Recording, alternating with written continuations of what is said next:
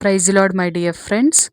ఈ రాత్రికాల సమయంలో యేసుప్రభు మనకిస్తున్న వాగ్దానము యెషయా గ్రంథము 33వ అధ్యాయము 24వ వచనము.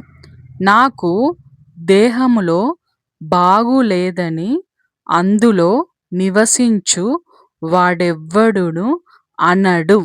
ఆమేన్. యేసుప్రభు మనతో చెప్తున్నారు సిస్టర్స్ అండ్ బ్రదర్స్. మీరు నా సన్నిధిలో ప్రార్థన చేసే నా పిల్లలుగా ఉన్నారు. కాబట్టి మీ యొక్క ఆరోగ్యాన్ని ప్రతి దినము నేనే కాపాడుతాను. మంచి ఆరోగ్యాన్ని నేను మీకు ఇస్తాను. కాబట్టి మీ నోటిలో ఎప్పుడు కూడా నా హెల్త్ బాగలేదు, నేను సిక్ అయ్యాను అని ఎన్నడూ కూడా మీ నోటిలో ఆ మాట రాదు. నా దేహంలో బాగలేదని ఎప్పుడు కూడా మీరు అనరు.